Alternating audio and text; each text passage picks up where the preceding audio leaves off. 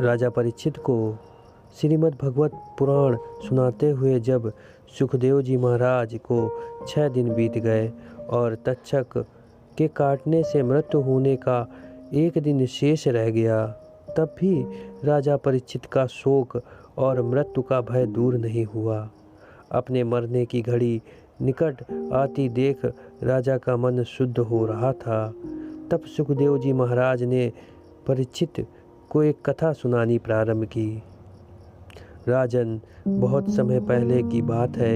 एक राजा किसी जंगल में शिकार खेलने गए थे। संयोगवश वह रास्ता भूलकर घने जंगल में जा पहुँचे। उसे रास्ता ढूंढते ढूंढते रात्रि हो पड़ी और भारी वर्षा पड़ने लगी।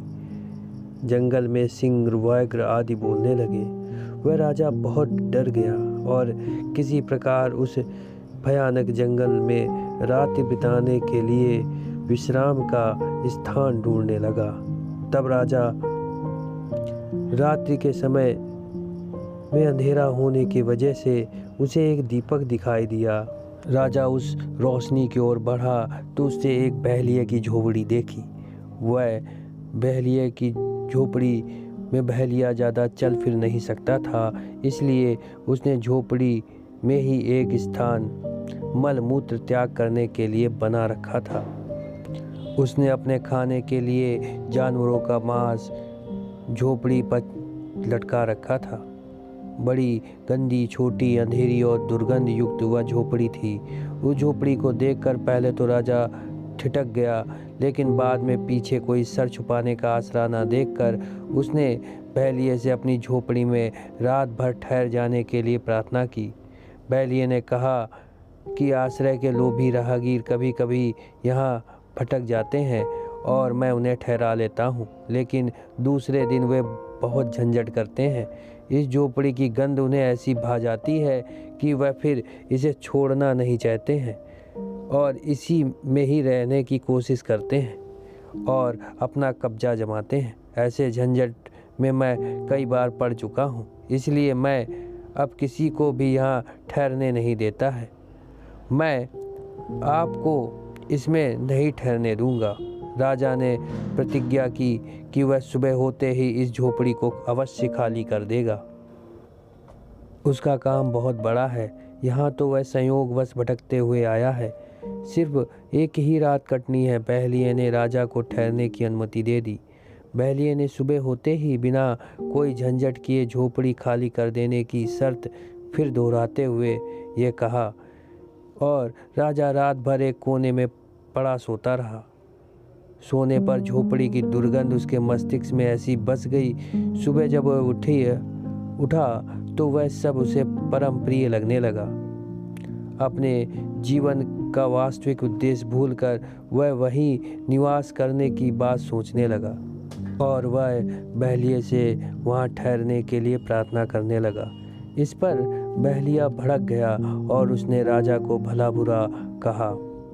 राजा को अब वह जगह अत्यंत प्रिय लग रही थी। उसे छोड़ना झंझट लगने लगा। दोनों के बीच उस स्थान को लेकर विवाद खड़ा हो गया। कथा सुनाकर सुखदेव जी महाराज ने परीक्षित से पूछा, हे राजन, बताओ उस राजा का स्थान पर रहना सदा के लिए झंझट करना उचित था? परीक्षित ने उत्तर दिया, भगवान, वह राजा कौन था? उसका नाम जरा मुझे बताइए। यह तो बड़ा भारी मूर्ख जान पड़ता है जो ऐसी गंदी झोपड़ी में अपनी प्रतिज्ञा तोड़कर अपना वास्तविक उद्देश्य भूलकर नियत अवधि से भी अधिक रहना चाहता है। उसकी मूर्खता पर तो मुझे आश्चर्य हो रहा है। सुखदेव जी महाराज ने कहा, हे राजा परीक्षित, वह बड़े मूर्ख स्वयं आप ही हैं। इस मल मूत्र की देह में जितना समय आपकी आत्मा को निवास करना था, वह अवधि कल समाप्त हो रही है। अब आपको उस लोक जाना है जहाँ से आप आए हैं, फिर भी आप झंझट फैला रहे हैं और मरना नहीं चाहते। क्या यह आपकी मूर्खता नहीं है? राजा परीक्षित का ज्ञान जग पड़ा और वह बंधन मुक्त होने के लिए सहर्ष तैयार हो गए।